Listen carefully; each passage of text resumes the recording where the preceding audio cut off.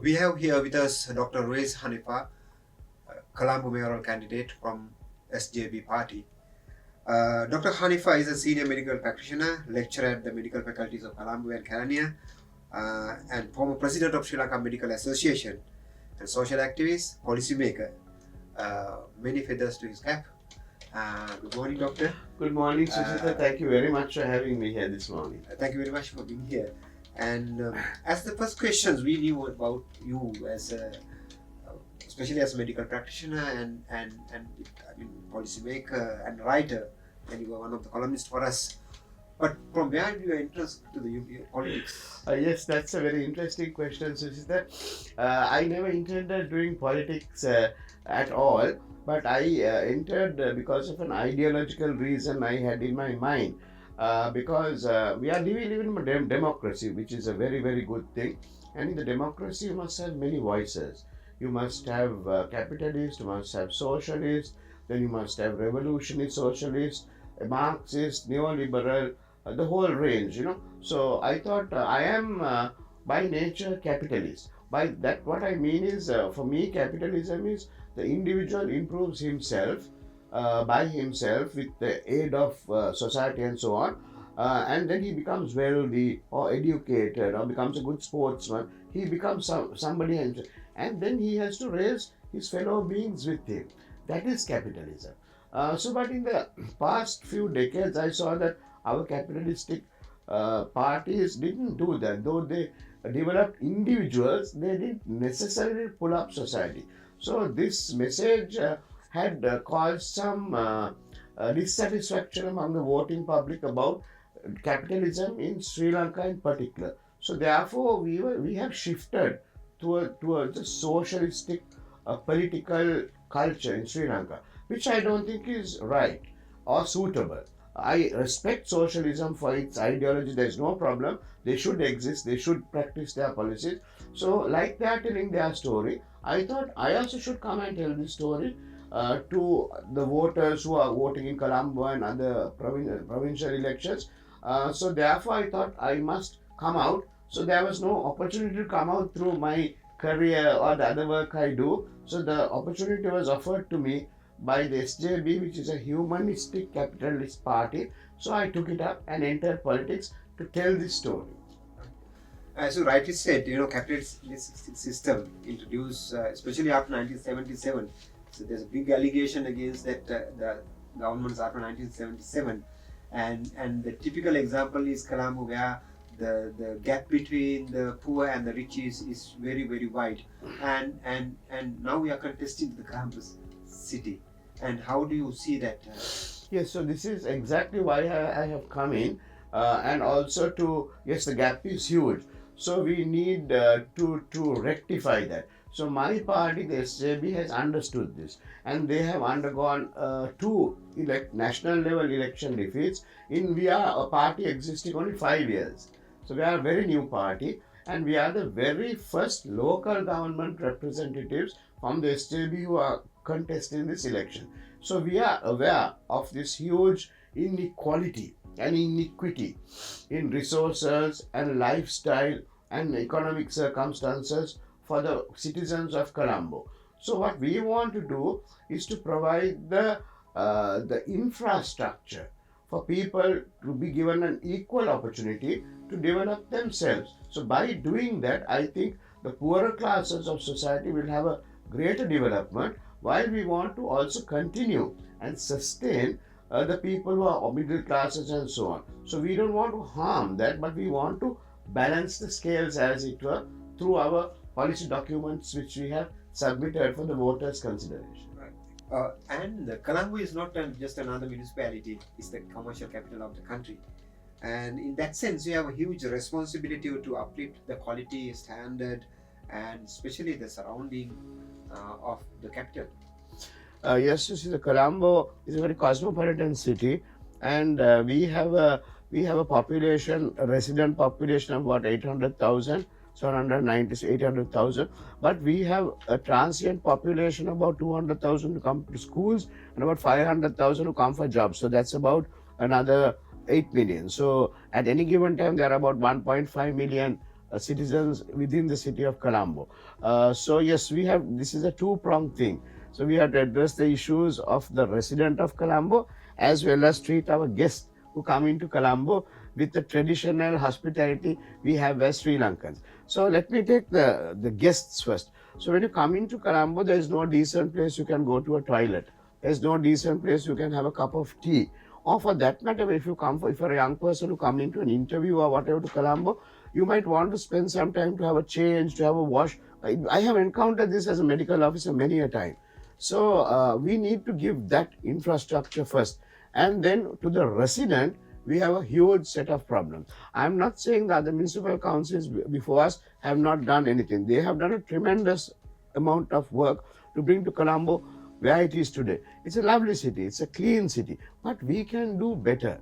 With all these questions, problems, what we have been doing is we have been revolving around the problem.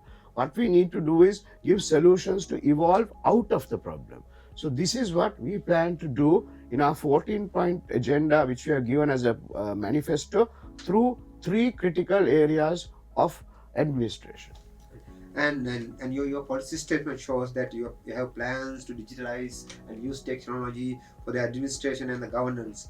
And also another big issue is the corruption, especially in CMC. Yes. How are you trying to get rid of that? So thank you, sister. That's the 3 pillars of our administration, if elected, is going to be. It is through these pillars which we will be implementing our policy and addressing the very, very issues you said. So the first thing is we want to have effective and efficient administration. We want to have responsibility and accountability, and we want to have real-time transparency. So if you give me time, I will quickly tell you how this will lead to less corruption, bribery and waste. For example, let's take a sewerage problem. For the resident of Colombo, I think, who live in the less fortunate areas of Colombo, this is a huge problem, and it is completely unhygienic, unacceptable in modern way of living in a cosmopolitan area such as Colombo. So when your lines overflow, there are underlying reasons for that, long term and short term. But just a quick example: when your sewer overflows, at the moment you just complain to the CMC, and then you don't know who took the complaint. There is no follow up in a reasonable period of time. But like by digitalizing it, by introducing a complaint system where you will get a reference number. So with that reference number, you also know you have complained. The system also knows that you have complained. The bureaucrats and the political leadership also knows you have complained. So if we don't respond to it, I'm not saying we solve your issue, but respond to it in a reasonable period of time, then you have a right to ask us, why haven't you responded? So that is where the accountability, the transparency and accountability and responsibility come in. Then we will ask the officials, or the officials supervising the junior people will ask, why didn't you go? So if that is also not happening, the senior management and the political authority whom you are going to vote for will have the ability to ask, why didn't you respond? Was it a transport problem? Was it a jet problem? Was it a gully problem? Did you have staff problems? So now that becomes effective administration.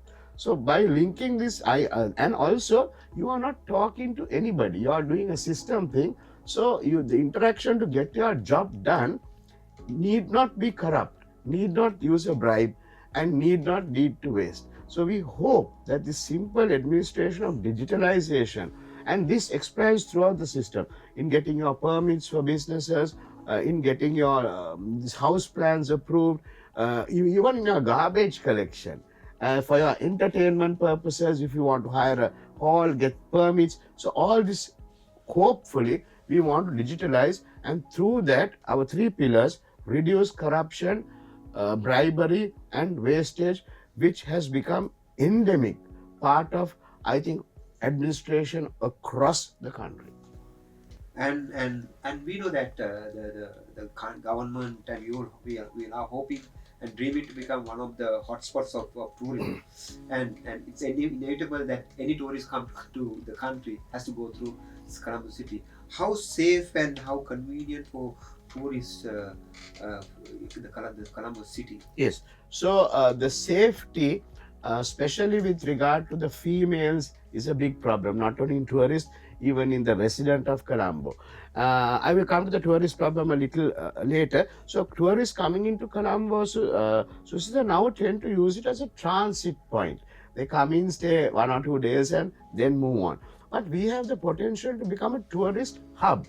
For example, conferences, this MICE tourism. You can't, not that you can't, I'm not competing with Elder or Benthat or anywhere. It's unlikely that you'll go to Elder and have a, MICE meeting where you come for 1 or 2 days. There you go to relax. So we need to promote this. So our private sector has developed the infrastructure. We have beautiful hotels coming up. We have conference halls, so on and so forth. And also the tourism in sports part. We have a lot of tennis tournaments which are held overseas, which are held in Colombo. So we need to develop that infrastructure also. So it's all an infrastructural thing. Then, so for that we have a special plan to improve the ground situation in Colombo and provide the necessary infrastructure. So very quickly touching on the security of females in Colombo, I think it's a huge problem, especially in the densely populated areas. So again, we want to have this like female safe zones. We believe that, and most of these things happen at the dead of night, dark. So we want to give proper illumination. So that is one of the duties of the municipality, to give lights through the MMCs to these public areas. So we'll again through efficient allocation of these bulbs and so on, and maintenance. We can give the bulb, but it has to be maintained. So we need to start these systems. And also, you are also promoting the as a product of free education. You also promote the free education, and especially in the urban areas. But how can you help, and how the CMC, the municipality, help the children's education? And you don't have place to study. Exactly. The library, we have only one library here. Yeah. So with regard to education, we cannot get directly involved with the curriculum and so on. But what we can do is support the extracurricular activity or the co-curricular activity. I'll give you an example. For example, when you go to a very densely populated, as we call Vatu area, the houses are very small. So maybe 2-3 rooms and a hall. So if there's a girl or boy studying there at any age, it's a bit difficult to study there. But we have a massive network of community centers. And currently the community centers are mainly used for weddings and parties. So we are not saying not to use them for wedding and parties, that's okay. But what if we can create a tiny area with a couple of desks, with a couple of comfortable study desks, chairs, proper illumination, with a little ventilation and a fan, and also with some internet facility for children to come and read, say from 7 to 10, not tuition, to come and study on their own, write something, read something, draw something. So we are going to do that. So if we can give Wi-Fi to Golface and Independence Square, I'm sure our telecom providers will be happy to support us to give Wi-Fi to these community centers to let the children study on their own. I am not talking about tuition. We are not going to give these centers to have tuition classes, but for self-study. They need a place to reflect and come and do their work. Everything can't be a tuition. People have to sit down and do the hard work themselves. So we will provide the infrastructure there, and through that, we can support education within the city of Colombo. Dr. Colombo is a typical example of typical Sri Lanka. It's a multi-ethnic, multi-religious and multicultural diversity. How important, as a mayor of Colombo, how important is saving this multi-ethnic? Absolutely, it's the core of who you are being Sri Lankan. We are all Sri Lankans, but we have different cultures, different religions, different ethnicities, and different beliefs and value systems. These all only make us Sri Lankan. So Colombo is the only place in the country where you can see Sri Lanka within 37 square kilometers. And also there are rich things about our festivals, our food situation, our food habits and culture, and so on. So I would like to take this opportunity to link this to your tourism question. You take Alut Kade, for example. It's an absolute, internet hit. People, it's gone viral. Tourists come there, even local people go there. But it's a disgrace going there. It is so unhygienic. It is so unclean. And it's an embarrassment, and it's a scar on the face of Colombo in terms of environment. So now the CMs, through the CMC, if we get elected, we are not going to teach the people to cook. We don't want to interfere with their entrepreneurship. But we as a city fathers need to put the infrastructure properly. We need to build good pavements, good drainage systems, and we need to clear the rats and cockroaches and make the place more hygienic and introduce more secure food standards for the hygiene of the consumer. So we need to get our game up. So through that, we can show cultural diversity. For example, that's the area of street food. Maybe we can have in North Colombo, where we have a dominant Tamil population, we can have our Sri Lankan Tamil cuisine. And you coming back to other areas, our Sinhala food, which is completely unheard of, we can, in the other parts of the world, we need to upgrade that also. So we can have zones, like a Moorish area, food-wise. That will highlight our culture and that will cause more tolerance. And the most important thing is it will encourage entrepreneurship, self-employment, and this is all about capitalism and to improve Colombo through that ideology. And one last question, Doctor. Colombo is the bastion of UNP, the Green Party. Now the Green Party is, you don't see it. But do you think, the political waves have changed? Do you think that you will be able to win this green and yellow Yes. combination? Yeah. Can win over those votes? And also, I like to add, if you can add and your plans and whatever Yes. you want to say to the your Right. candidates. So what I want to say to the public through you and your this wonderful interview, Susitha, is this is where we go back to the start of why I came into politics. So we are at a very critical point in our democracy at this moment, because His Excellency the President is trying to say that if you are not from his party, that is a socialist party, he is not going to allocate funds for such municipal councillors and provincial Pradesh Sabhas. This is seems a very trivial statement, but it's a very dangerous statement when you take democracy itself. Actually, we don't want the president's money because Colombo generates 17 billion in revenue, and we really don't need that money to develop the city of Colombo. But coming back to my point about this president's statement, that means he's talking about him and his party. So aren't there other parties? Now, when you take a picture, the more color you have to it, the more beautiful the picture becomes. So if you have a red picture all the time, it becomes boring in a sense. There's nothing to see, it's a red picture. But if you have some interaction, there are different ideas come into your mind. There are different opportunities you will have. So I look at Colombo as a picture. So don't paint it red.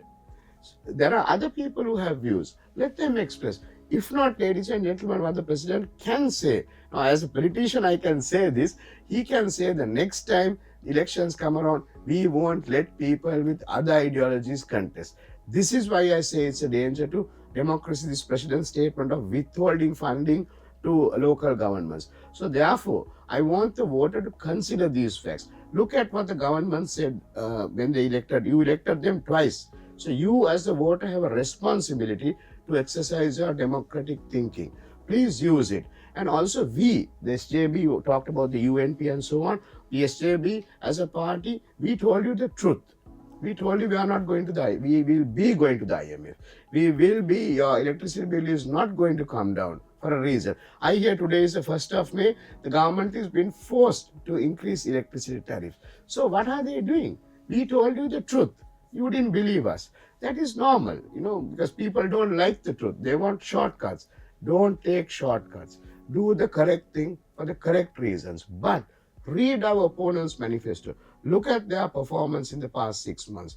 And please protect your democracy, protect your freedom. And I think the only alternative to the current contestants in this thing, we are the front runners in this. So I hope you will elect me and my team to deliver what we have told you and hopefully build a Colombo which is a happier city, and that is what our theme is, to make Colombo a happier Colombo.